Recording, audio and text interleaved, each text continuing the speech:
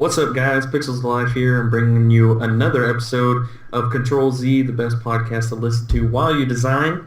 We got the usual suspects, Evan Eckerd and Rated Designs on, and special guest, Josh or Inkbite. Hey, how's it going? So, Josh, for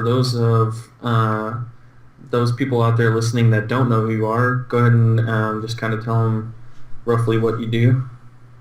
What I officially do, I guess, is where I pretty much just draw things. I'm a freelance illustrator and been doing that for almost a year now. So I do some videos on YouTube. Honestly, that probably gets neglected a lot more than what it should be. So I think that's true of just about everyone. Yeah, it seems to be a common trend. At least I'm not the only one with the problem. So yeah, you guys probably know Josh's Minecraft art. He's quite good at that. Yeah. Well, it's I'm drawing squares a lot, so it makes it pretty easy, I guess. Very good at square drawing. Squares are hard. I prefer circles. They're easy to shade. It's just like, all right, we'll just pick one side of it. Drawing cubes drives me up the wall. I don't know how you do it. So real quick, before we jump in, I just want to mention real quick that we have an official sponsor for the show, Gamma Gamers. They are a part of G Fuel, and great product. If you guys haven't tried them, it's a product made for gamers, by gamers, and really good stuff. So definitely check them out, and we appreciate their sponsorship. And we'll just jump right in. How does it work for designers, though? Well, it is an energy supplement, so if you're on one of those long haul long design binges. That's a hell of a question. Let's work for designers. Those late night deadline was yesterday. It sounds like my everyday. Got the project today. Deadline was yesterday. Mm-hmm. That's it. That's the one. So just to touch on, if you guys don't follow us on Twitter, we had some technical difficulties with some audio and stuff like that. So we apologize for missing last week, but we will try to make this an extra special show to make up for that. No promises there, though. I'm glad you sugar-coated it. You should have just said I Evan did. broke it. Straight up, because Evan did it. Because no blind. In the description, Evan ruined it. it's all those vinyl records you're listening to, man. You just don't know how to you just got to figure out how to do this audio on a computer. Everything sounds like a tin can to me. It sounded fine, you know. Evan's still using Netscape Navigator. We're trying to get him rid of that. Yeah, he had his iPhone held up to the speakers recording. BlackBerry and I'm gonna try that now. Oh, man. He tried to send me the recording on a VCR tape, and I was like, "What is?" Beta. It was on beta. What am I supposed to do with this? I don't know. Oh man, so good. So one thing that I did want to cover was in your design process. Obviously, it's different for every project, but you probably have some go-to steps that you do with every client, and so I just wanted to kind of run through quickly and see what you guys do as far as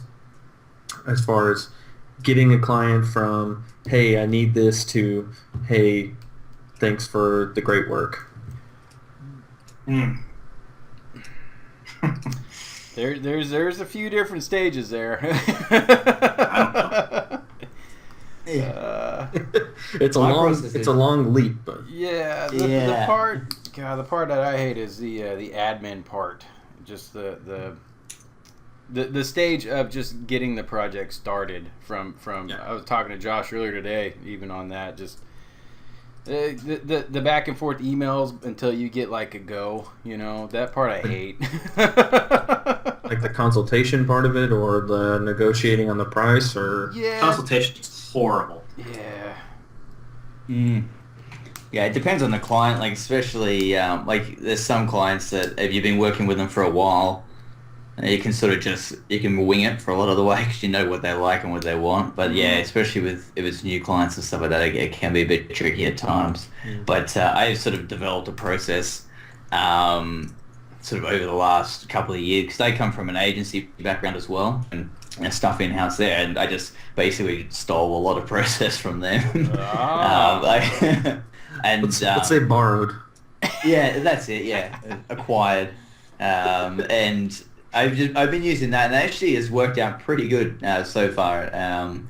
In fact, almost sort of no sort of hiccups along the way. Just sort of obviously tweaking it for the particular crowd. But yeah, definitely like my email at the moment. I think nowadays I just tend to my email for that negotiating sort of things once a week. If I do it every day, I just won't get anything done. So I thought about bringing someone on to do it, but then just the time taken to train people and that sort of thing. I think that and people want to speak to me anyway and throw ideas. I mean, Evan and all you guys would be the same as well in terms of, the client for the most part wants to speak to the designer in terms of ideas and stuff like that. So I have a lot of kickback from people because I just we had talked about it previously about me setting up a business email because I was a little unhappy about using Twitter DMs or Skype for business purposes,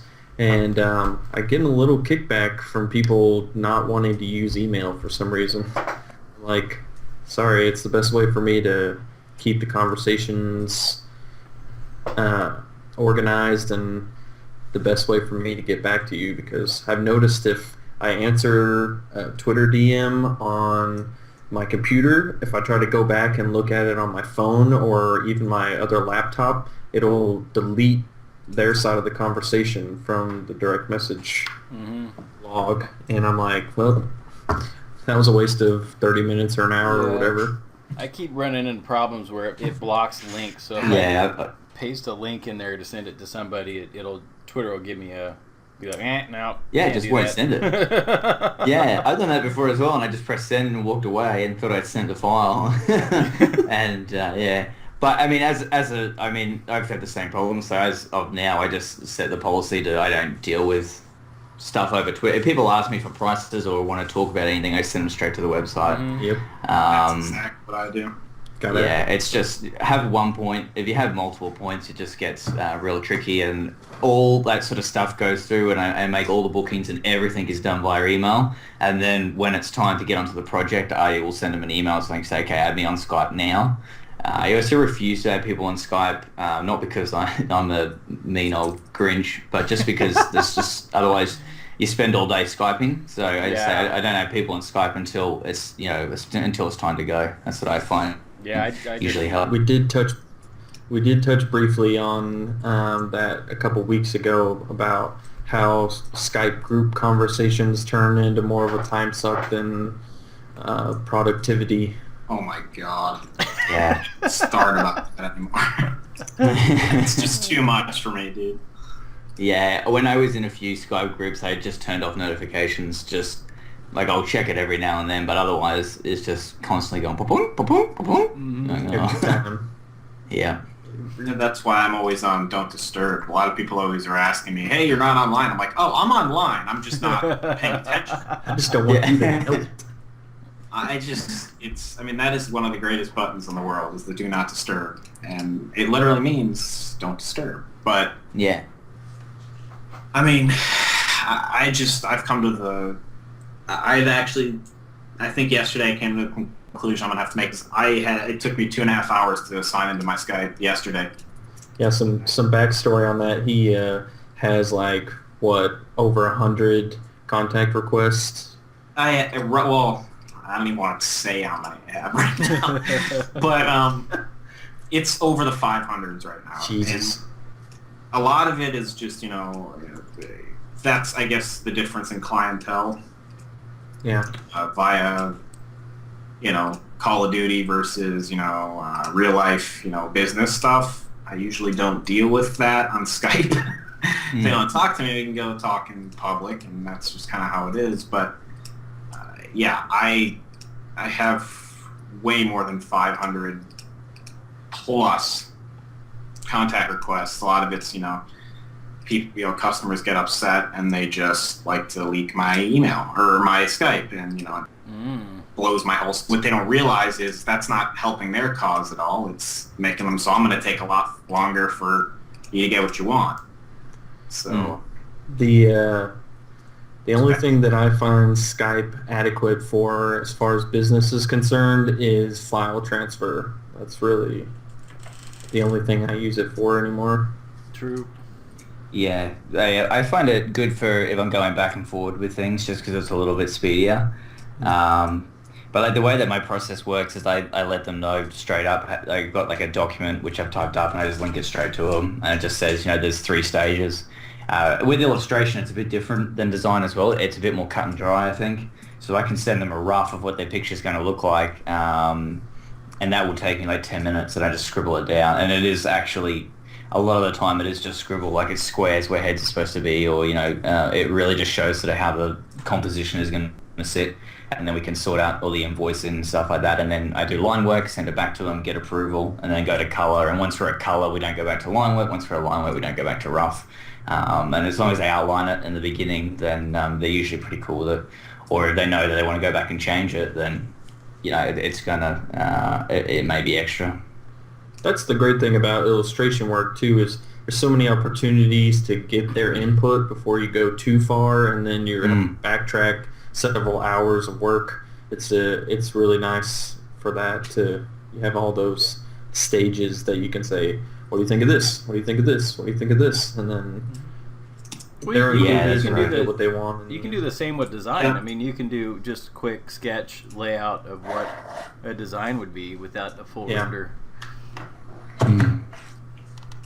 Yeah.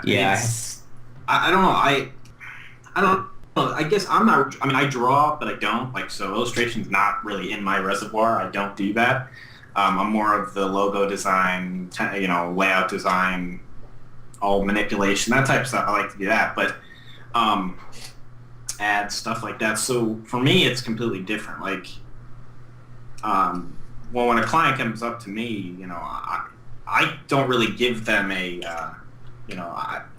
I don't give them, they usually ask me, can I see some samples? I mean, it could take me, a good hour to really get what I'm doing going before I, have to send them something, or it could be a day of brainstorming before I do anything. I mean, I guess that's where it kind of differs with, logo design and stuff like that.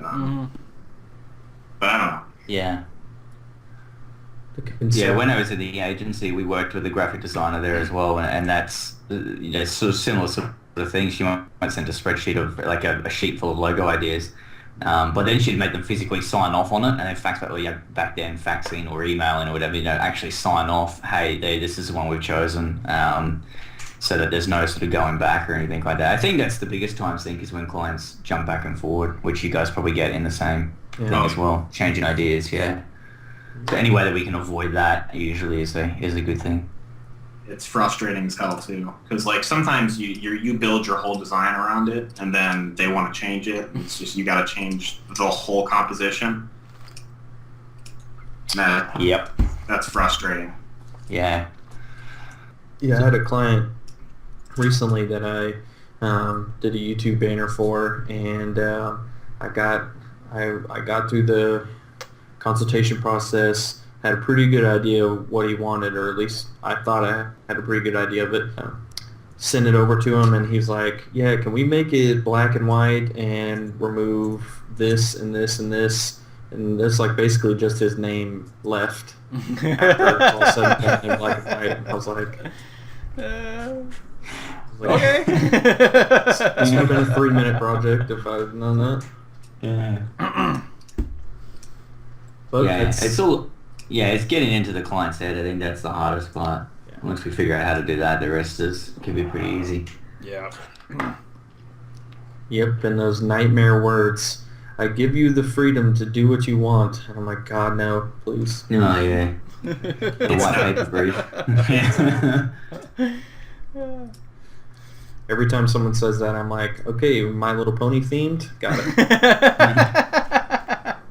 And You it'll end get up unicorns and turning out really rainbows. cool. And the thing is, like, cool. I mean, it's just like, they're like, you know, I'm not really feeling the ponies. And you're just like... I was. Said trusted me. Shouldn't have trusted me. So do you have any kind of ironclad process, Evan? No. I mean, I've been in like corporate environments for a long time, so the process was probably closer to like an agency type setup. As far as freelance, though, I always, my time was always limited, so I was always like looking for a final up front. You know, it was I just wanted to make sure that every part of the stage I did, and that kind of, I guess that leads back into like what Josh was saying about you know, getting into the client's head. So you don't have to do a bunch of revisions, and you don't have to go back and forth, and you try to just nail each stage, you know, up front, so you don't have so you can go on to the next project, and just keep it rolling.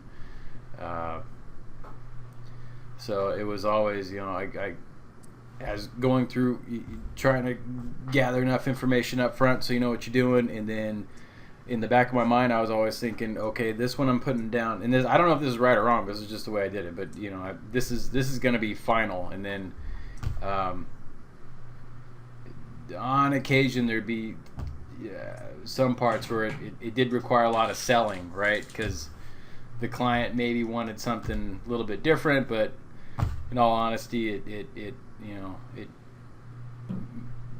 for one reason or another, probably wouldn't have worked better. So you have to like sell. No, let's keep, you know, let's do this one. I've already got it pre-planned. We can just keep going. Yeah, I've definitely had those. And, it does help make things faster, but like I said, I don't know if it was always right, but it did help. You know, keeping the thought of let's keep this final, you know, in the back of my mind seemed to accelerate things a little bit. I don't know. Is that what you guys do, or are you like? Because I've seen a lot of designers work where they just come up with a bunch of different stuff and just throw it at a client and just wait, you know, and do that over and over and over. Oh, I would not do that. No way.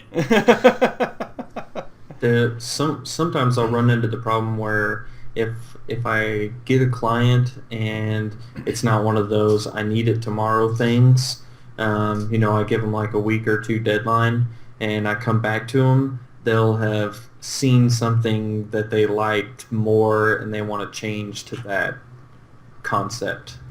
Oh, like if you wait too long? I don't know. Yeah, that's because like they don't if I know wait what too long and... they don't know what they want up front. Yeah, exactly. Yeah, I've never had that. Oh, somebody's audio is not. That's... Sorry, that was. I live near a train line, so. Oh, I thought there was an airplane taking off. Let me get the train schedule out. I will just figure out when to pause that. Pause for a quick commercial really break. cool. Yeah, that's right. Yeah. I thought my computer exploded. No. What's going on here? Yeah, guys, the 211's going to be coming past shortly as well. Yeah. Australia, everybody. Yeah, wait till the cattle trains come past. So they're long.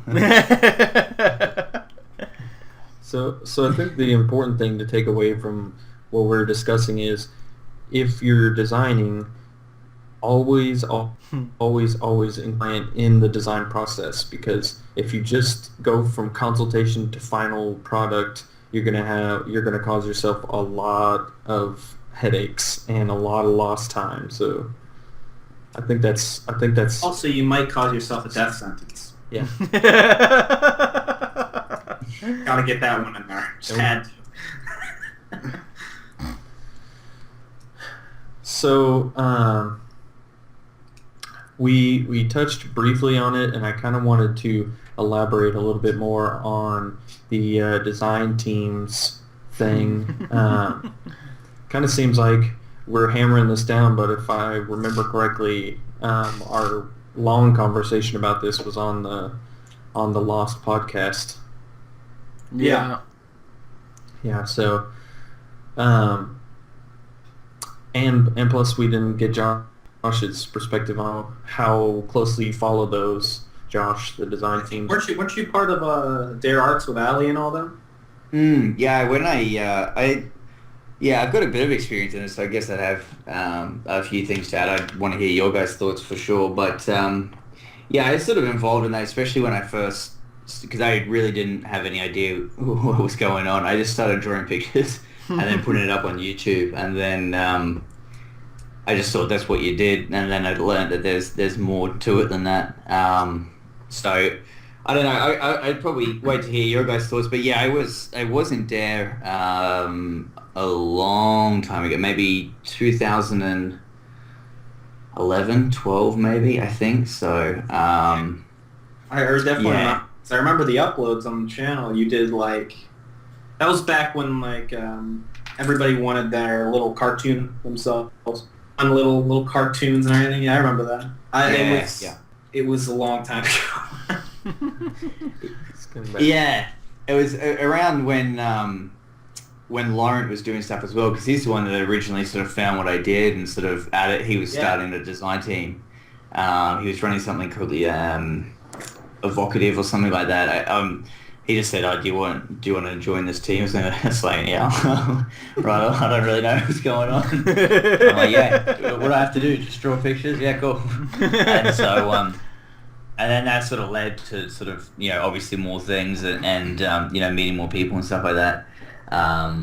And that's actually when I remember first hearing about Evan, because Lauren's like, "Oh, this is Evan Ecker," and sent me like your YouTube channel. He's like the godfather of the designers, and I'm like, oh. That's awesome. That's man, this guy's everybody in the design teams. They all just go like Evan Ecker, God. Like there is no God. There's no, but like if God was here, Evan Ecker's here. Like there is no like. There's just that step away. We gotta broaden some horizons then. Well, like I love Evan. I love his work, but then I'm like, dude, Evan is amazing what he does. But there's so many other designers out there. There's like Sueda, and there's like millions of people that don't even do this. Like they're not on YouTube. Stuff. They don't post stuff on YouTube, or if they do, it's so rare that I don't think they really know why. Or they use Vimeo, whatever that other thing is called. Yeah. I see a lot of them, like, I go on Behance, and that's like a site that I get lost on that site just in stuff, but that is a site that I find a lot of guys on there that do, like, like, I saw one of the guys that did, like, a few of the team logos, and I was just amazed at some of the stuff he did. Mm-hmm. That was a really cool thing, and there's so many other designers. Evan is our resident godfather. He is the god. You should work on an impression, do a video. Yeah. Wake up with a horse head in the bed or something like that. Need to do it. You should cartoon yourself as the Godfather. Yeah. There you go. That would be funny with a cigar out of your mouth and everything. I'll Photoshop my head onto Marlon Brando and call it done. say hello to my little friend at your tablet instead of Scarface. Yeah. Oh man, no. The back to the team things. The thing, like I guess I'm officially on a team now, but as a mentor type capacity. So like I'll help the team members, if they run into real world stuff, clients, design, whatever, and they want somebody who has been doing it for a little bit, then I can chime in and help. But the biggest kind of thing that confused me about teams was how they were set up. They don't. A lot of them don't seem like traditional teams as far as like what everybody's called. So I know I talked about this last time, but I ruined the recording. But I was waiting for it. I was like, yeah, we did it. If you guys aren't catching on to the theme here, we're just gonna keep giving Evan. I'm gonna get a shirt made that just says "I broke it." Yes, please. He's not the audio godfather, is he? Eventually, down the road, after we get like 100 episodes of this in, we'll release the Lost podcast. Yeah. It'll be a secret link. The tin can episode.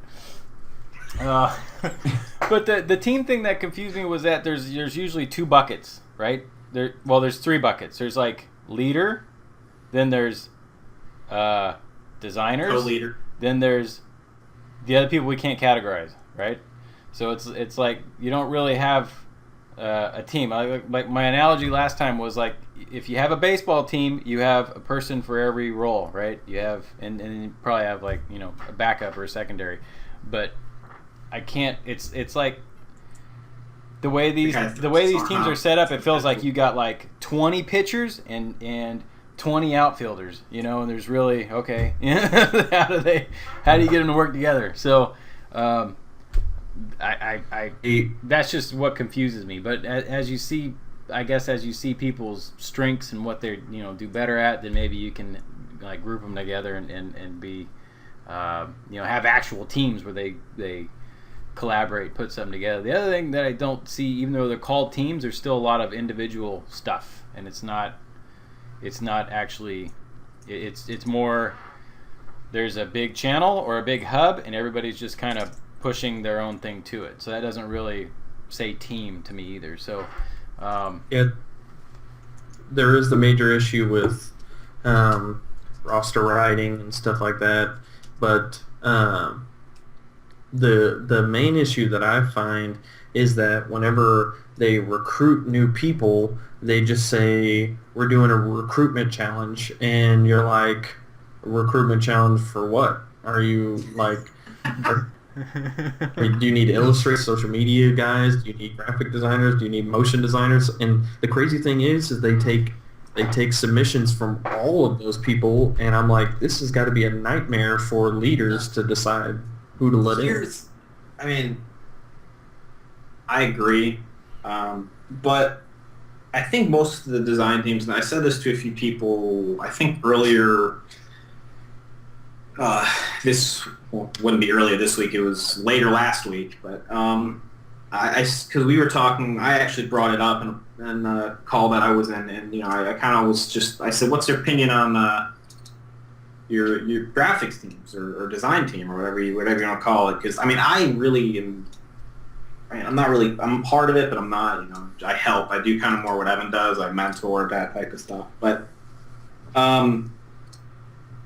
A lot of these younger kids, look at them like, they can be ran like that. They can be ran as in, single person does a single thing. One team does each, their own thing, where they all can be on a roster as their own person and do their own type of thing. But I think a lot of them are also getting the wrong idea. Is you do need collaborations within a team. You got to put X amount of people together to come up with something insane, and that's what really makes design such a powerful thing. Is you put an illustrator with a designer with or a graphic designer with a motion guy, and come up with something that looks like it's gonna explode. And there's a million things you can do with them, but that's what a design team should be, instead of everyone kind of doing their own thing. But back on what we were talking about, opinions on them. I think they're great things. Mm-hmm. They're cool. They're great ideas, and it's a great social thing. You meet a million other guys that are interested in the same things that you are. But I think people just kind of grow out of them. It's like you try it once, and it's either for you or it's not for you. But I wouldn't say that they're like horrible things or anything. Yeah, no, teams are good in the sense that it's. One of the worst things for a designer or an artist or creative person is just to be on their own the whole time. Not have somebody to bounce ideas off of, or a second set of eyeballs at times. If you're right. just in a corner doing it, with no other input, then you're limiting yourself. So I mean, the interaction is a good thing that they have. Yeah, I guess I never really thought of it. I suppose that's a good point in terms of the word team and I suppose what they're supposed to be and how they actually are. But I guess, like for me, I mean the way that it operated, and I mean we've said which team we're talking about, so I don't want to anger anyone, so I'm going to speak choose my words carefully. But I mean, especially with like obviously Ali and him leading and what he's done and all that sort of stuff. I mean, he's a fantastic individual, and we still speak from time to time on Skype. And an amazing designer. But it got to the point like it really is. Some of them sometimes it can just be like it really is just a channel where just a variety of different stuff gets uploaded. I think it was like that Creative Station one as well. Yeah. Which actually got really weird, but I don't want to go into that. But it's like, I think I said, yeah, you can upload this video or something like that. And then like I was flicking over it the other day and it's like, oh, there's still stuff going on. I don't know. It's really weird. But it really acts as sort of a channel where they sort of just pick uploads and different people get uploads. So it's really good for designers who are new as well, or people who are learning to sort of keep practicing and obviously get more promotion and stuff like that than they may do if they're putting stuff up to their own channel and stuff like that, and obviously get more notice and hopefully more customers, which will lead to more work. The chats themselves are good as well until you're in too many of them and it does just become spam.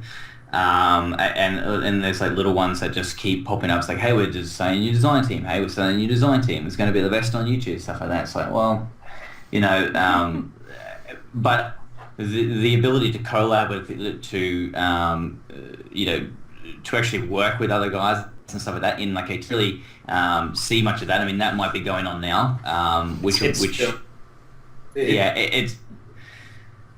from what I was seeing, it was a lot of individual efforts just being uploaded and stuff like that, which is still good because it means that you're getting your work out there, you're getting more eyes on it, and people are able to see it as well. So it definitely works in that sense. Maybe the word team might be a little wrong. I don't know. Maybe it's more of like a hub where, which is good as well because if you subscribe to the Dare Arts, like you are going to get like a ton of different different kinds of art being uploaded, and all of it is really good quality. Yeah. I mean, some of the stuff that's getting put up there is incredible, and I mean they're all very, very talented. But maybe the word team really does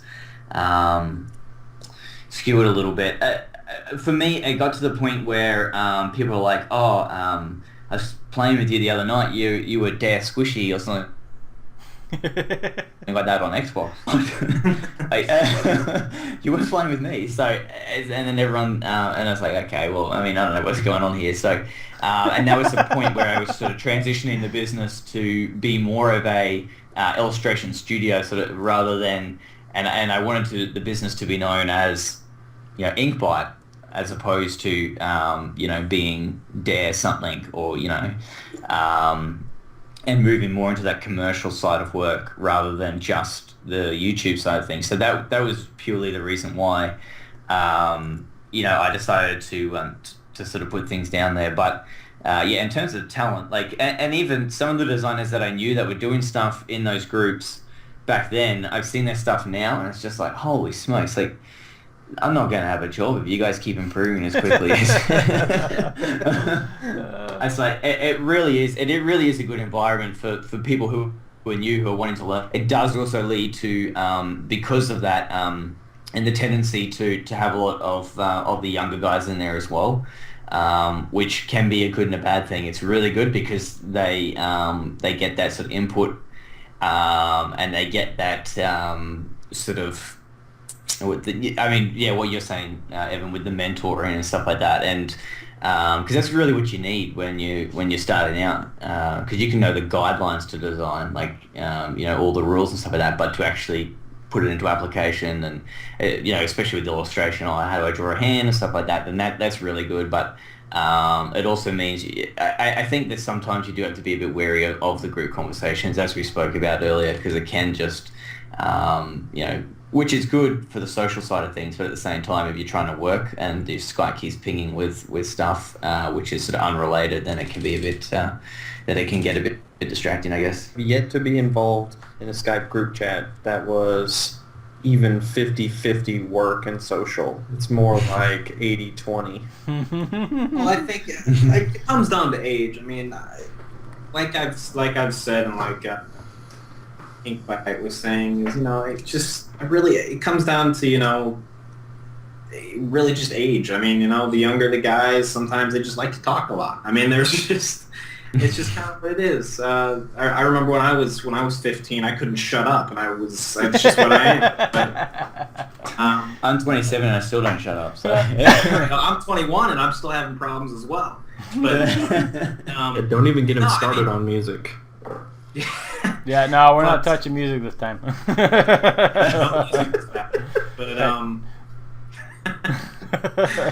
It's a cool Having thing. said that, No,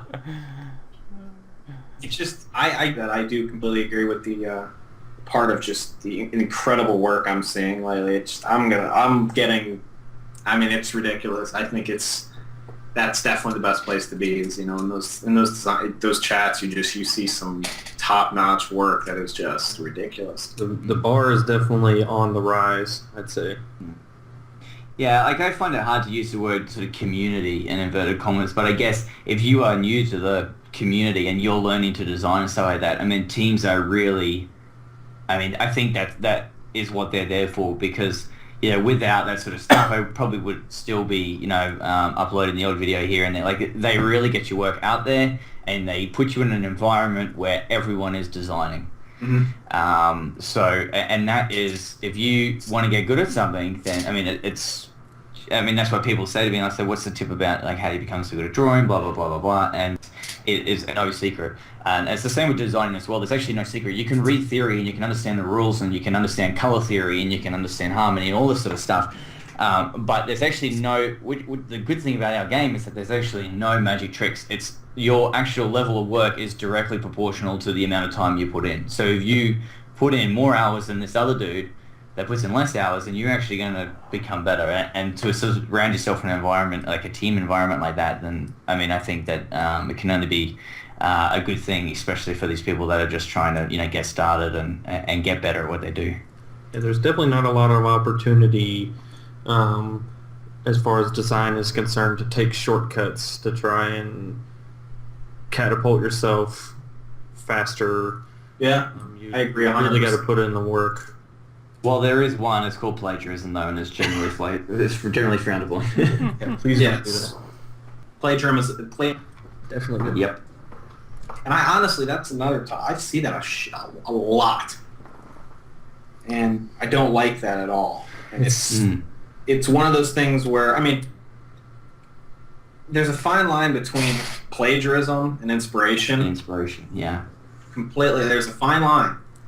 I see it a lot, and I'm not one to get involved in the whole dramatic stuff over Twitter. I'm not one to put my opinion on, but I think people that that copy and people that are inspired and use certain handles and certain aspects of something to and recreate your own, two different things. And I think there's a lot of people that get really upset about the whole copying thing, and they're for 100%. I completely agree. I understand it. I get it. I get that you're upset about it. It's just something that definitely needs to be. I don't really know how to explain it the best way. So it needs to be addressed in the best way possible. My problem is how. What action do you take whenever someone comes to you and says, "Hey, Zach, somebody stole your artwork"? Let's say they tweet you and they say, "Look, I've had my logo stolen 3 or 4 times. Saw it on a site. I saw it, and it was my logo. Actually, it was a whole design that I actually designed. It was one of my Behance projects. They took part of it. They blurred it subtly, and then they put my logo on it. And it was just kind of like, That's like, what? Really? Like, I kind of looked at it for a second. You trying to tell me about my stuff? Like, I know I made it. And then I looked at the site and I realized that it was, the low traffic site, and it was linked to me it was a Weebly. So, like, part of me, I was like, okay, something? It's not a big deal. If the guy's generating money off of it, that's when you start getting a little bit of a big problem. It was like a kid who made a Weebly site, so I left it alone. Didn't even say anything. Then came the problem. I made a Call of Duty Advanced Warfare poster, had my logo on the bottom right, everything. Next day I saw it up on a Call of Duty site, uploaded, and it was like a random guy, had my logo. He didn't call himself Rated, he called himself it was like a name, it was like Randall or something, and it was like, dude, that's my logo. Like, what are you doing? And then I realized that he uploaded to a forum site, the Call of Duty forum, my poster. And people were, kind of cool, and I got a hold of the guy, said to him, I linked him all like the original stuff, and I was like, that's my work. It was taken down within like 20 minutes, but if that wasn't taken down, I don't even know what I'd do. I mean, how would I get that down? I'm a highly non-confrontational person in general, so it's hard for me to be like, take it down or else. Right. Like, I don't even know what they're. As long as they're not making money off of it, I usually let it slide. Yeah, there's right ways to deal with it and there's wrong ways. Like, I've seen people that will get on Twitter or something like that and be like, go dislike this video, they stole something, or go, ruin this guy's life or something like that. Right. Well, I don't know. Like, that's not how I jam. If someone takes something, I mean, there's ways to deal with it and there's ways not to deal with it. But it's also, they copy here with this a lot as well. Obviously, the work that I do, my particular sort of character illustration stuff has a defined style. Like, my stuff is very sort of cartoony, but it's got a lot of detail to it, I guess. It's usually with big heads and little bodies and stuff like that. Mm-hmm. But when it comes to the Minecraft side of work, like, all the time people are like, oh, you copied Inkby, you copied blah, blah, blah. Because there's a few people that obviously do Minecraft art now. Yeah. And it's become a big thing. And you copy this, you copy that. And it's got to the point where I'm like, it's honestly, it's a square on top of a rectangle. I mean, there's not a lot of ways to draw it. So, I mean, I know that it may look like people are copying, but at the same time, it is a square with a little bit of hair on top of his head. I mean, there's not a lot of ways that people can change that. It's like with a lot of design. It's like there's not many ways you can put a bar on a pic. It's that's right. Yeah, there's certain design elements which can be replicated in terms of, in other designs and stuff like that, which would lead to design styles, all that vintage style, all that, the futuristic shiny stuff and all that sort of stuff, it's sort of the same sort of elements just brought into play differently. Mm-hmm. And so it's very easy for people to say, this is copying, and people do tend to overreact a little bit, I guess. And it can be frustrating, unless they've actually copied, and I've had times where they've taken a picture and dropped the opacity and drawn over the top of it. And I've had a guy who has done that and then sold it as well. Basically, he took an avatar that I drew, put it up and said, selling avatars, $20 each or something like that. And the avatar was one I had actually drawn, is it? And I just, in the end, someone linked it to me, and I was like, well, all the best to him. Like, if he can sell an avatar for $20 and then actually draw it, good. I don't know how he's going to draw it if he didn't draw the one to begin with. So, I mean, we'll let him dig his way out of that hole. So, I guess, I don't know, it's a little bit tricky, but I'm definitely non-confrontational as well. I sort of just try and stay away from it as much as possible.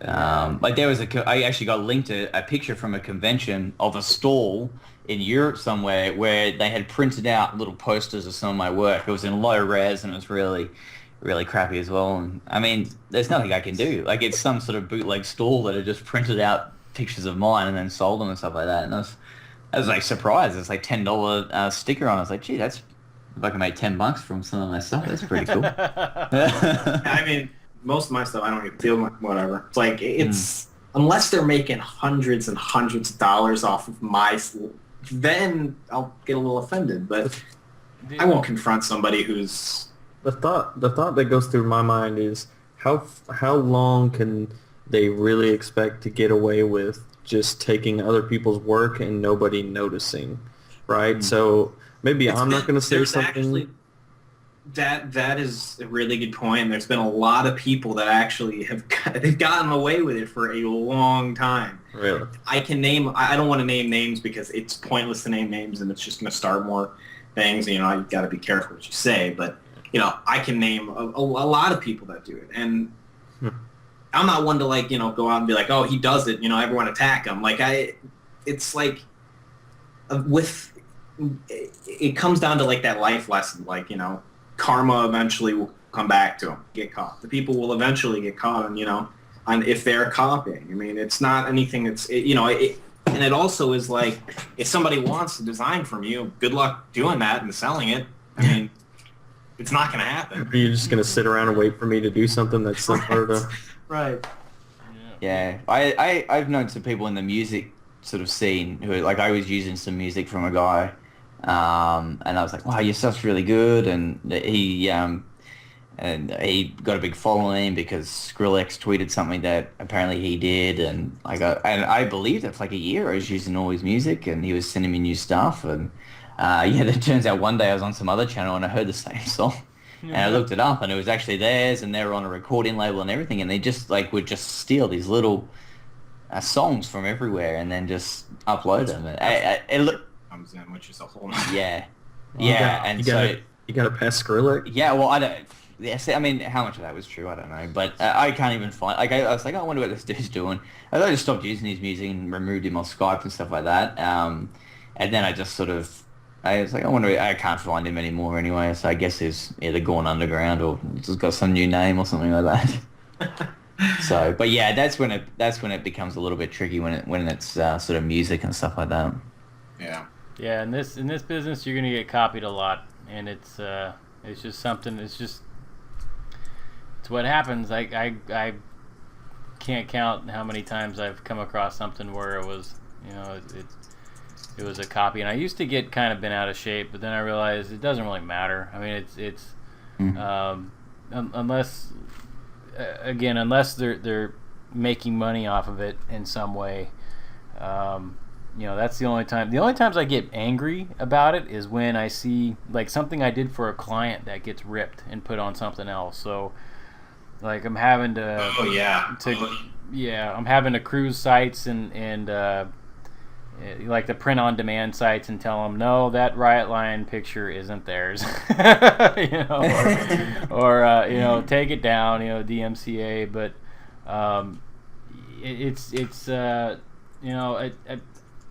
when I do get a link or something sent to me of a essentially a carbon copy of something, I don't really get mad. I more just want to. This happened a couple times across YouTube where I'll message the guy. I'll be like, look, dude, I'm not mad, but if you want to be a designer, you gotta strive to do something original, no matter how it turns out. You're setting yourself back when you're just copying stuff. So, you gotta.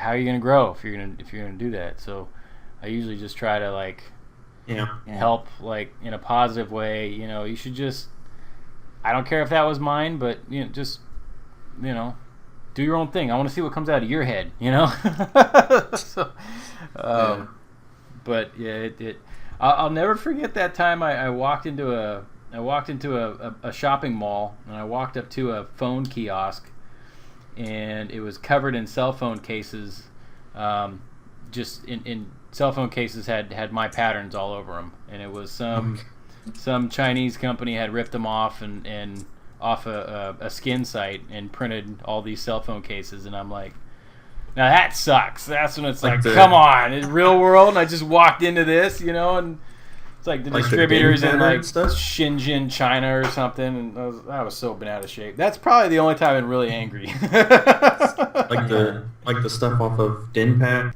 Yeah. Like it was stuff that actually I had done for Decal Girl, and I think what they had done is that they had bought some of the skins and scanned them, and then printed them on phone cases. Yeah. They look like crap. They look horrible. That would make me even angrier. It's like, at least do it right. Yeah. I guess that's the other thing as well. Like, also just be smart about it. Don't put high-res artwork up with someone so they are going to bootleg it. Just, I mean, at least it looks crappy. Yeah. But, I mean, in the end, it just becomes water off a duck's back, really. Like, I mean, I remember when Evan, you were drawing something. I think it was around the Right Line time. Which is the line with the sunglasses. And I was like, oh man, it looks sweet. And then like for the next 2 weeks, just everyone was drawing a line with sunglasses.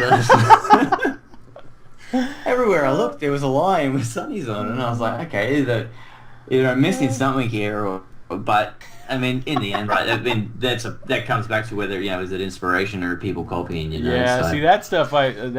Actually, I like that stuff. I definitely. Yeah. That's much more inspiration and unless they're straight carbon copy, but and that type of artwork, I was inspired by other guys when I was doing it, like the other vector artists and such. So. I know. I recently saw. I don't know how people got it. I mean, they either zoomed in or real far, but they got the Nade Shot stuff the Nade Shot logo. And yeah, someone pin tooled it. Yeah, I was like, how do you take the time to do that? Yeah. Like, and I was thinking to myself, like, Evan's gonna be pretty pissed off about this. Well, actually, but that was because it was for a client. If you're ripping off a client's branding, that's like no, don't do that, because then you got, that's a whole nother can of worms, The fact that they were sharing that as a template, and it's like that's branding. You can't do that. But that's literally like taking I actually saw the video of that, and he literally did the speed art and literally was just tracing the logo in the speed art. I was like, this is like the most atrocious plagiarism I've ever seen. Like, just brazen, It's a difference if the actual customer and the designer allow you to use the logo. Yeah. Like, hey, here's the logo, go for it. The part that I don't mind that they traced it.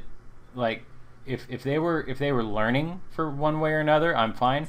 The part that made me angry is that they were then sharing the Photoshop document as anybody could use it, and it's more what if should be frustrating. Yeah, what if this isn't just me? This is Matt. You're screwing with his stuff. You can't. So. That's why I was like, no. And honestly, a lot of designers would be cool if you used some of their stuff, depending on who it was for, probably for Nade Shot stuff or Tom stuff. You're probably not wanting people to reuse that concept for other things, but like, for instance, whenever I first started out on the YouTube Twitch community, Dr. Chiz approached me and he said, I got this design from Evan, and this is before I even knew Evan really, and he said, I got this design from Evan and I want to make a design for my Twitch channel. Can you do something with this? And I said, well, we got to get Evan's permission, and I think I actually finagled Evan's Skype out of him somehow and asked Evan myself, and he gave me permission. He was cool with it. It was one of those Flash info sections that I did, and I used his logo in it, and it turned out great. And Evan didn't hate me forever because I asked his permission. No, that really happens. That happens everywhere in real world. I mean, usually there's never, maybe that. Well, if there is, I don't know about them. But as far as I know, there's not a single designer that's been like the staple for one brand the entire way through or something. Maybe rare circumstances, but it's a team effort. So unless it's like your own brand, then, there's usually there's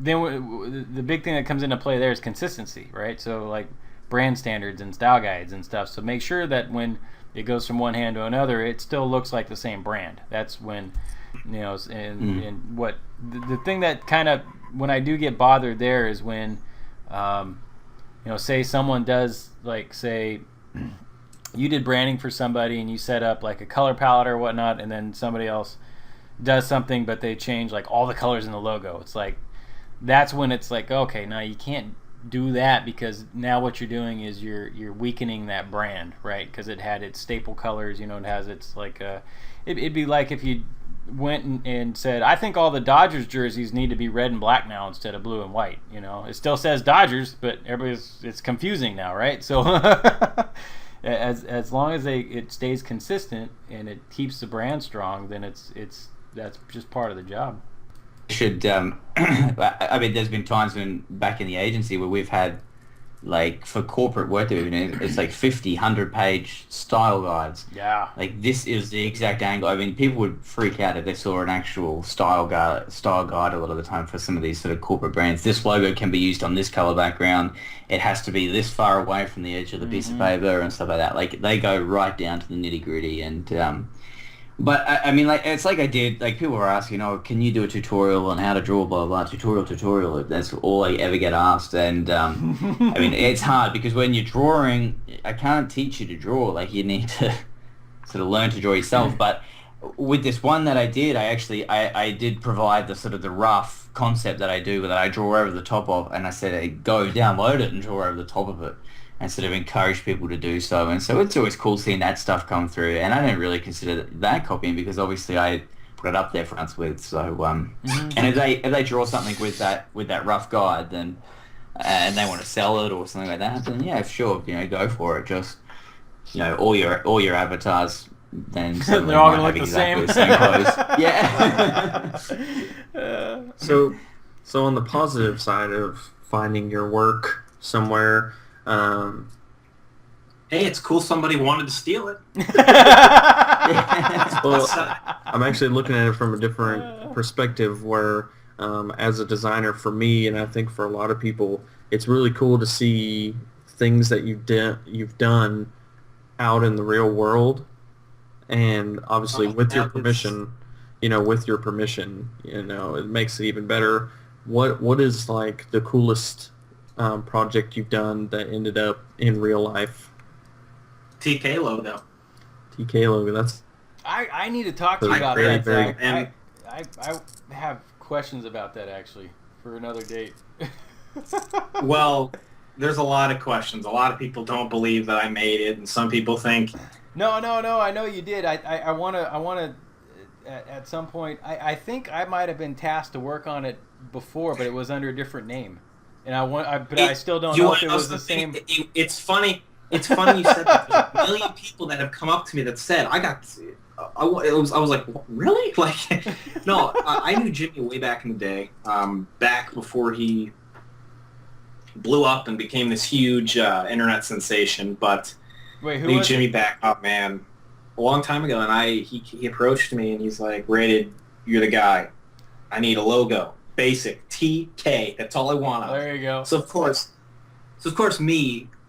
I say to him, like, Jimmy, a T and a K is like boring. That looks like. I mean, like, don't you want something that like is eye peeling? Like, Jimmy goes, no, man, I just want a T and a K. So I drop like 5 different logos. The four of the logos are the coolest things in the world. I was so stoked. I was like, oh, he's gonna love them. And then I put the little flimsy TK. It's really good. Hey, yeah, I mean, I like the bottom right one, the T and the K, that's it. And I was like, Jimmy, I just worked so hard on the other 4. And he's like, dude, I'm telling you, the TK, it's all I want. And he's just like, I was like, all right, fine. So Really? I branded it. I came up with a color palette of he wanted this, whole thing. Had the blue logo. I gave him the logo. Now, the one thing that I didn't think of is, what if Team Caliber blows up and it's all over the MLG scene? Yeah, it blew up. And, it didn't take, I didn't take steps to actually like standards. trademark them. Yeah. Right, so now I get nothing off of it. Oh well, which that sucks. kind of just happens, but Yeah, and it sucks, but I at least you know what I do get out of it is I can say I made the TK logo. Yeah. But yeah, that's probably the biggest one right now. That's pretty big. Yeah, and it's amazing because like when you watch those MLG events and you're like, I made TK's logo, and it's like up on the big, it was it's up cool. on the big screen. It's all over jerseys. You're just like, yes. Just nudging the person next to you like, Right. And then it's all over Xbox and the Xbox store. That's another one too. I made a few Xbox picture packs, and it's all over the place. I think right now the Iron Pack is up to about 1,500 downloads in a few days. Wow, that's cool. So, yeah, I mean that was. It humbled me because it brought me back down to earth. Like, I'm the type of guy that I look at myself and I'm just like, listen, I got lucky on YouTube. I'm lucky to have, the amount of subscribers, the amount of followers I have. I'm lucky. I'm the same person. I just got lucky. And, I was so stoked to see this thing. I thought they were so amazing, And then when I saw them, it brought me back down to earth, and I was like, Jesus, I really can make a living for myself. Yeah. It was just. You can come live with me if I'll be you doing chalk graffiti. That'll be my new thing. sidewalk chalk. Yeah, no, but it's really cool. It's awesome. It's showing that going to school for design and still being in it. It's really paying off. And to all the people out there that are watching this that are like wondering, hey, do I go to design school? Go to design school. Definitely help. I know. Evan has some really cool in real life productions. God, after I heard that story, I almost literally. Evan, when you told me that story about Disturbed, I went into my brother's room. I said, dude, I know the guy that made the setups for 10,000 Fist concert. You ruined Evan's punchline. you just told Evan's joke. Dude, his punchline was, I made it for Disturbed. That's it. That's it. Move on. Move. No, his story is awesome. Yeah, it's a good story. Was that on the episode that I broke? That was the Lost Podcast. The Lost Podcast. Well, okay, yeah. I'll long story short, so I about a decade ago, I used to do set design for bands, and it would be for their live shows, and it was when record labels still had a lot of money, and they're allowing bands to do whatever. So the first band that I cut my teeth on that we had a friend of mine that was a lighting guy, and he would tour with all the bands and do the lighting shows and do the setups, and a lot of them wanted stage props and stuff, and he didn't know anybody to help him. So through a friend, he learned that I could draw a little bit here and there, and so we got into touch, and next thing I know, I'm drawing with my buddy Dan at the time, drawing these huge stage sets for bands, and we did sets for Disturbed and Mudvayne and Blondie, and we did one for Brooks and Dunn, but it never got put up. We did Cold Chamber. There was a couple others, but what was cool was working on it was one thing, but then when you saw pictures show up on the internet of the actual things that were then somebody had gone and sculpted them and actually produced them, and they're hanging from, like we did those cadavers for Disturbed. My buddy Dan drew them up, and I was figuring out the layout of how it would go and the hanging, in coordination with like the backdrop and everything.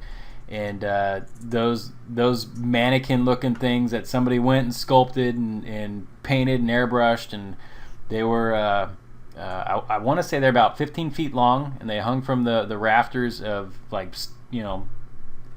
stadiums or whatever they were, wherever they played. And just those two sculptures, from what I heard, the price tag to get them produced was $100,000 to just get them, like they're sculpted out of like styrofoam or something. I don't know what they are, but to see like the tour pictures show up and be like, "Hey, we did that," that was that was kind of a trip. So by association, Evan has been on stage live with Disturbed. And the best part though, was I got free passes to a lot of shows. I didn't get to like meet bands or anything, but it was like since my buddy did lighting for all these bands, he was like, he just called his friend, hey, my buddy Evan's in town, he wants to go see Tool or he wants to go see Tricky or whatever, and so we got to just like show up and be like, hey, and my wife's got a funny story though of getting on. She was looking for us. We went and met my buddy at the Mudvayne show to see the big test tube alien things we built. And then afterwards, we were going to go talk to the band. And so me and my buddy went and got on their tour bus. And my wife and my buddy's wife, they were trying to meet us. And they got on the wrong tour bus. And next thing they know, Olive Ramstein gets on. And they don't speak a lick of English. And my wife's like, hey, is this Mudvayne? And he's like, hello. You know? And they kind of realized this can't be the right band. I'm sitting on my computer. I'm trying to find them because I don't think they're still up anywhere. It'd be. Do you know what year it was? I think it was 2000. I'm gonna look up. Is this for the Disturbed stuff? Yeah, it was probably called Sickness Tour or something, because wasn't that was their big song at the time, right? Which year? 2000. I think 2000. So that was the it had to be 2000. Yeah, that was the Sickness album. Yeah. And then I think Believe was in like 01. 2002. It was Believe. Yeah, I know my buddy's got the Disturbed stuff, like, because he's got the Avenged Sevenfold, you know, that sort of skeleton sort of thing with the wings and stuff like that. Yeah, he's got that sort of tattooed across his across his stomach, like crawling out of the ground. He's got the Disturbed guy up his forearm and stuff like that. So yeah, that's cool. So there you go. So, yeah, there might be parts of him which you had a hand in as well.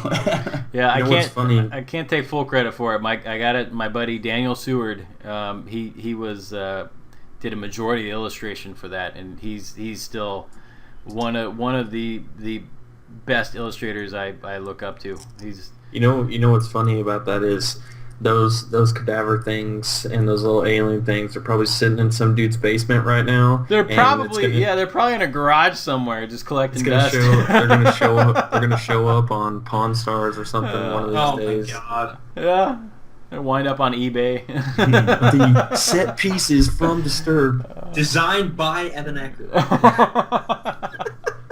I don't know about all that. But the funniest is kind of there is a picture actually I found that has them blurred in the background. Yeah. Well, you got to think 2000. The digital photos I've come across are like really bad, anyways, right? Because it's like, highest resolution was probably 800 by 600, and it was like super grainy. It's still unreal to say. I mean, that is something not many people can say. That's pretty sick. What about you, Josh? I'm glad I went last because I got to train. I've been trying to think of stuff. I guess most recently because like the last year of my life has really been dominated by Minecraft. I mean, it hasn't really been by choice, but that's just been where a lot of the orders are coming from, and it's just revenue at the moment. Like if people are ordering that, then that's what I draw really. So I guess in terms of that in the last year, maybe the ArcadiaCon stuff, I guess. Which was actually really cool. They approached me before the event, and then it turned out to be obviously a huge event and stuff like that. And I was seeing photos from all these big guys on YouTube, and they're standing by the banners, and I'm like, hey, I drew those. So that was definitely really cool to see. But I still think it just comes back to the same time, and I'm starting to get it more and more often as well. And it's just when someone messages me on Facebook or on the Twitter page or wherever it is, and sends me a picture of a tattoo and it's my work, or asks me, hey, can I get this tattooed? And I mean that for someone to actually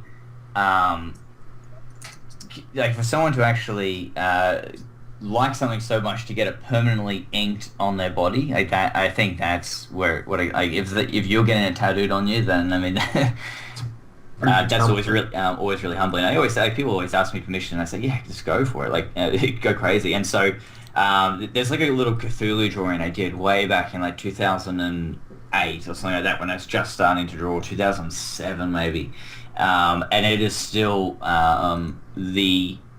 number one most tattooed thing, the number one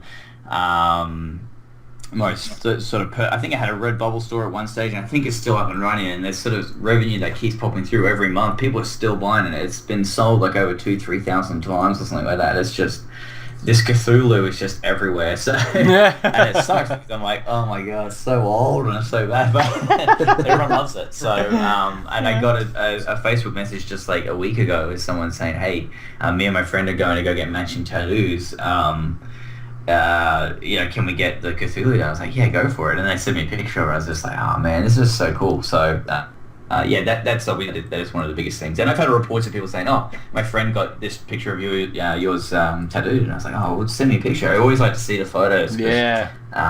It's always really good to see. Yeah. That is awesome. But that's definitely it for me. I have 3 things that I have that have been used in real life that I really enjoyed. I did the Yaush and Team Caliber picture packs for Xbox Live, which was really sweet. And the YouTubeable iPhone wallpaper that I did just recently, actually, it's been downloaded over 500 times now in like less than 2 weeks, I think. It's probably more due to his following than it is my design, but it's still cool to see people tweet you pictures and you're on their cell phone. But the coolest thing, used to work for a web design company. We did real estate investor websites, and we every once in a while we would do custom projects for guys, and I created a logo for this guy, and I gave it to him, and I didn't hear from him for a while, and then about 6 months later, he messaged me, and he was like, the logo you designed in action, and he got it etched on the window of his office building. Of course, he had business cards and the whole rigmarole there, but the coolest thing was he had actually just gotten married, and he had the logo printed on his groom's cake at the wedding and sent me a picture of it. That's awesome. I thought it was the coolest thing. Yeah, it's a trip when you see your stuff out in the wild, in any form. It's crazy. Yeah, especially when you don't expect it. Yeah. On a wedding cake, that's awesome. That's very cool. I'll tell you one thing: if my logo stays with me, and when I'm done in design school, and I can actually go away from, if I don't ever go away from the name Rated, I could see myself getting a tattoo of my logo. I'm glad you said that, actually, because it brings up a topic that has been somewhat of a Twitter discussion recently, and that's using design handles versus your real name. And, whether people. The only reason I could see people using design handles or the I guess. Alias, yeah. Would be because the internet is it's not a scary place in the in the way of like, oh, you're gonna go get scared by the hand slinging slasher on the internet. No, I mean it's like people are literally bored out of their minds, and they have nothing better to do than to look up your personal information. So, I mean, if you want to use your real name, I mean, you should go for it. But, I mean, in my opinion, I couldn't use my real name just because I wouldn't want anybody really knowing, my real name unless it was like, I guess, a real life customer. Yeah. And some people do that as well. They use a design alias for online stuff, and then they have their actual name as full clientele. Yeah, that's kind of what I do. What do you think, Evan, as a person that uses their name? It's because all of those brain cells I had that could come up with cool names are burned, so I... You couldn't come up with Final Freestyler? I used to have a handle kind of thing way back when. But I grew. I don't know. Just grew out of it. Like I was. It was one of those. It was one. It was. It definitely wasn't as cool as what you guys got going on. It was actually pretty stupid. So I mean that definitely helps like get rid of it quicker. Like what was it like Fruity Man 24? No, I came up with it in 22. Pimp Daddy 69. It was I don't even want to say it. It wasn't. It was. It wasn't bad. It was just a made up word, but another reason why I changed is well outside of like. Okay, so here's the reason. So it was a made up word. It started with the letter V. I will give you that much. It was 1, 2, 3, 4. It was 7 characters long. It just was a made up name. Well, I was using it for like maybe 2 or 3 years just for fun. It was just something to design under. And then this medication comes out on the market, and it also starts with a V, and it also has 6 to 7 letters in it, and it's for can't get your wiener up. So okay, well, see now Viagra showed up, and it sounded really close to the name I had made up 3 or 4 years prior, and it was so close that I actually got a couple messages from Pfizer or whoever it was. And I thought, yeah, it's not a good name to use anymore. So I ended with that. And now I still have the domains. It's just a spam box. Like I just get blasted with spam. So Nice. yeah, after that it was. would have had the best branding. When I was like, this isn't gonna work. I was thinking, and everything I thought of was just like, it just was dumb. So I'm like, forget it. I'm just gonna. I'm actually really interested to see what this is. What's that? Looking to grow your brain. I'm trying to think of like what it could be. Does it sound like it? It was spelled Viatrax. Vitrax? Yeah, sounded a lot like Viagra. So. Oh, okay. Yep. I was 16 years old. It sounded cool, and then I was like 18, and Sound cool then? yeah, old guys couldn't get it up, so That's amazing. So I think I tried coming up with other stuff, but it just nothing stuck and nothing sounded cool, and everybody had like cool names, and I was like, I can't think of anything, and thought, well, and then I was drawing logos that were double E's, and it just worked better, so. Oh. You do have the cool like superhero alliteration name, so that's good. My logo, my name does make for an easy logo. I mean, that's like you can't. There's so many like forms of ways you can put an interlocking E's that I kind of got it easy. I don't know if Zach will agree with this because I know that he's from. He originally started out on a forum-based platform like I did, but you just didn't use you never told anybody your actual name in the forums. You always went by your handle, and that's kind of where I'm coming from with using a design handle over my actual name. Same thing. I used to frequent a design board called Dreamless. And it was just to have, but there I think I just had my username was VIA. It wasn't the whole thing because by then Viagra was already in the market and it was a mess. So I just went by Via, and I don't really know why, to be honest. I don't know where it came from. It doesn't mean anything. What would be even funnier is if you actually had the name Viagra. Yeah, it was like Viagri or something. Like one vowel off. Viagra. I could just imagine that. I'm so happy that I never chose a name that got turned into a medication for although wieners. I will tell you that I 2 years back when my YouTube channel was booming, it still is, I think, but I have to go check if mine's still there. Like, do I still have one? I mean, it's still there. I had a kid that made an account. I'm sure it was like some guy that hated me. And my YouTube handle is Call Me Rated X. Now, the reason it's Call Me Rated X is so people can call me rated. Yeah. It's the whole point of it. So somebody thought it would be funny it's Call Me Retarded X. Which was funny. But... and on every video, he left a comment saying, Call Me Retarded X. And I just thought it was funny as hell. I don't know what it was, but...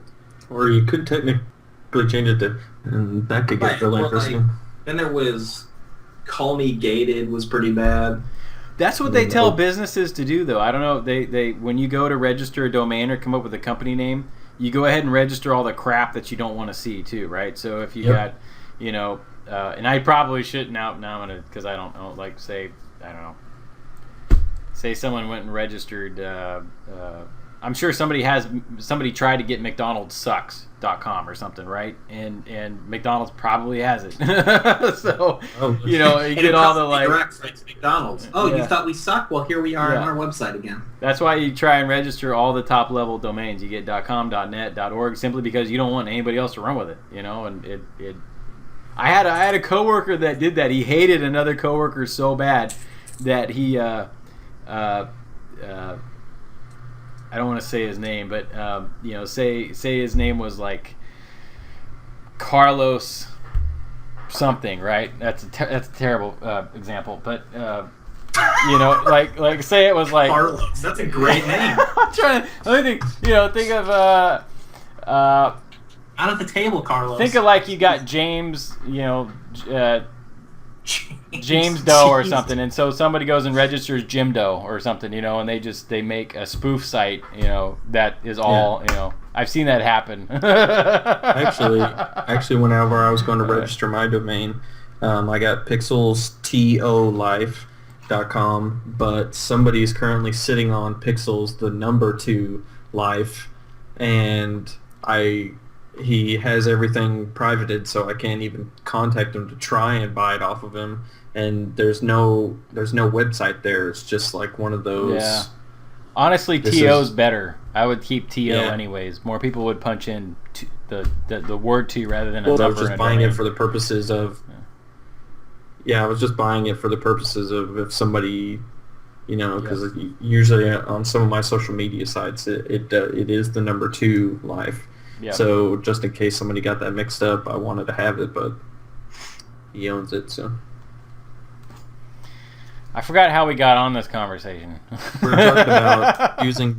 talking about using design aliases as opposed to real names. That's right. Forgot how we got on here, man. Yeah. Well, see, like your guys' stuff makes sense. Inkbite makes sense. You know, Rated makes sense. Pixels makes sense.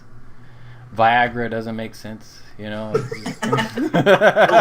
makes sense, but not in your situation. Yeah. My problem is my stuff is all skew-if because when I obviously I created a YouTube account and I had this internet handle way back in like grade 8 or grade 9, which that's what like something like that. So and it was Squishy B, and that was just and the only reason I had it was I had Squishy and another mate had Sentinel and he added a B to the end of it. I was like, sweet, yeah, I'll add a B to the end of mine. So Squishy B, and it's good because for 15 years I could go on any website and log in. Okay, well Squishy B and my password, and if it didn't work, I'm like, okay, well I haven't registered on this site.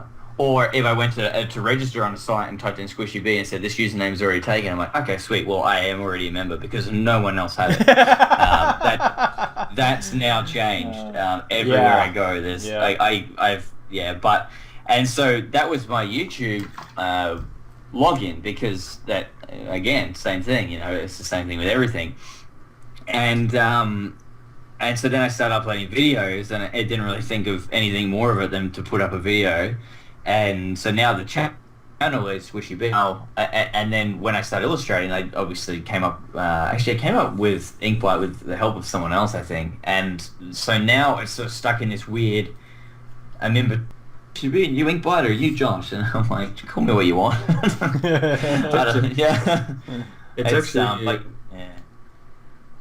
It's actually a really funny story that you bring that up because whenever I first discovered you, like, whenever I first saw your work, it was actually on Instagram of all places. I think Evan had liked one of your posts or something like that, maybe. And I went on there and I was looking for your YouTube channel, couldn't find it. I was like, why? What is this guy's YouTube name? This is insane. I like literally internet stalked the crap out of you until I finally uncovered it, and I was like, gee. Yeah, I always thought it should be until somebody corrected me. He's like, no, it's Inkbite, and I was like, yeah. Well, the way that I try, I mean, in the end, if people get confused, I'm like, well, I'm Squishy Bee. The company's called Inkbite. Squishy Bee worked for Inkbite. And they're like, well, who's Josh? I'm like, yeah, just don't worry about it. See, I can't do that either. I used to be able to call people by their handles on like design forums and stuff, but I can't do that anymore. I can't. It feels wrong. Like I can't. Like I have to call. If I don't know your real name, it drives. I can't do it. I don't know why. I made it even worse. Because on my Skype I had because my last name is Bruce. Everyone just called me Brucey. Like obviously the guys at hockey and the guys at school and everything like that, I'm just known as Brucey. And so that was my Skype name. So then everyone thought my name was Bruce. And then I had full names. And then like, hey Bruce, what's going on? And it got that's not what name I was. I just would call myself it. That's it. I just rolled with it. And it's like, what is, hey, yeah. The other day, Evan messaged me on Skype, and he said something like, "What's up, Nick?" or something like that. I was like, it really threw me off for some reason because almost no one. Evan has never called me Rated. Everything is Zach, and I was like, I this is can't. awesome. I have to. No one. I mean, like I don't. If mind not, I'm if gonna people call you Bud the whole time. Well, I hate. Oh my Zach god. hates that. I know. When it comes to you, I'm like, okay, I can't say it to him, but it. It's not like, well, if someone's older than me, call me Bud all you want. I don't care. But if you're like if you're younger than me, don't call me Bud. Like, where does it get from? You know, like your father comes up to you, you'll do good, Bud. You don't have a kid call your father Bud. Like, you know, it's like, you know what I mean? I always remember that movie of the dog who played basketball. Right. No, it's like something where it's like, if you are younger than me, don't call me Bud. It's gotta be an age thing. It's like my grandfather used to call everybody Mac, you know, and it's like what's Mac, you know, like it's a truck, you know, it's like no, it's called Mac, you know, and it's definitely, I don't know. It's kind of like when you call a woman ma'am. If they're younger, you don't call them ma'am. No, that'll get you slapped. Yeah. Or you get slapped. Yeah. And my mom always told me never call a woman ma'am. And I call a woman ma'am. Actually, this is kind of unrelated, but mine may not be funny, but my wife still laughs at it. We were going through the drive-thru at McDonald's the other day, and I pulled up, and I was talking to a lady in the speaker box, and 2 minutes to 5, and they were refusing to sell me the dinner box until it became 5 o'clock. Anyway, first world problems. But I was talking to my wife at the same time, like checking things, and then I responded to her, and I said, I meant to say yes, darling, to my wife. And I said to the lady on the speaker box, I said, no worries, darling. And then it was just awkward, so I just drove right through. I didn't... Man, it was so bad. I couldn't... And she was older than me, and I was like, oh my god, I just called her darling. And I was like, nah, I just keep going. I don't want McDonald's anymore. No, this will get you in trouble. The worst I ever did was... and actually my wife doesn't care, she laughed at it, but I still feel really bad. I had to get up in the middle of the night for something, and it was like I had no sleep. It was I think I had taken like cold medication or something, and I feel so embarrassed for saying this, but she yelled at me for to do something, and I'm like, oh, don't worry, Mom, and kept walking off, and we didn't have kids yet, and I she's like, what? And I'm like, what did I say? I didn't even like. She had to tell me later, like, "Oh, I'm really sorry." I actually get away with that because with the kids, when I go speak to mom. So I always, when I yell out "mom," she usually answers. When you have kids, it doesn't matter. We don't have kids. Yeah, it's bad. My wife and I, we always have, we always end our phone conversations with "I love you," and I can't tell you how many times I've been on the phone with somebody, and we go to hang up, and I'm like, all right, love you. And I'm like, God dang it. That would be awkward. Like, I'm if like, we were God. talking and you just were like, love you, and hung up, I'd be like, dude. I was like, Dude. like, why did they? I'm gonna start doing it on purpose to you. That would be so great. All right, love you, Nick. Bye. Well, on that note, You hang out first. No, you hang out first. well, guys, I think that pretty much wraps it up. And again, I would like to thank Josh, Squishy Bee, Inkbite for coming on and being a part of the show. And No worries. Thanks for having me. That Yeah. was awesome. all right, guys, and just be sure to tune in next week unless we have more technical difficulties. Evan. Yeah, if Evan breaks it again. Oh, I hope I did this right now. I'm like thinking, ooh, I can't check it because it'll shut everything down. But at the same time, like, I think I got it, right? Evan's got a new phobia now. And we gotta like do questions and stuff next time. So if you got questions, leave them in the comments so we have something to talk about rather than getting ourselves in trouble with Or do our that in- significant others and stuff. Yep. Yep. We definitely want to take some comments from people that are watching the show and get your guys' questions on here. And yeah, that's a really good point. Before we leave though, I wonder if this video is gonna get plastered with Viagra ads now. It might. God dang it, Em. How weird check it. would that be? It's, Oh my yeah, God. like Google's on a roll. Google's got this. And McDonald's advertising it. It's gonna be burgers and wiener medication. Yeah. It'll be burgers and wiener medication. Sounds like my internet history. Before this gets any further out of hand, Wait, are you looking at my browser history? all right, guys. Seriously, though, that's it for us this week, and we appreciate you guys listening and now Love you, watching, Nick. Love you, since Nick. the podcast officially has video now. And we'll see you guys next week. Love you, Nick.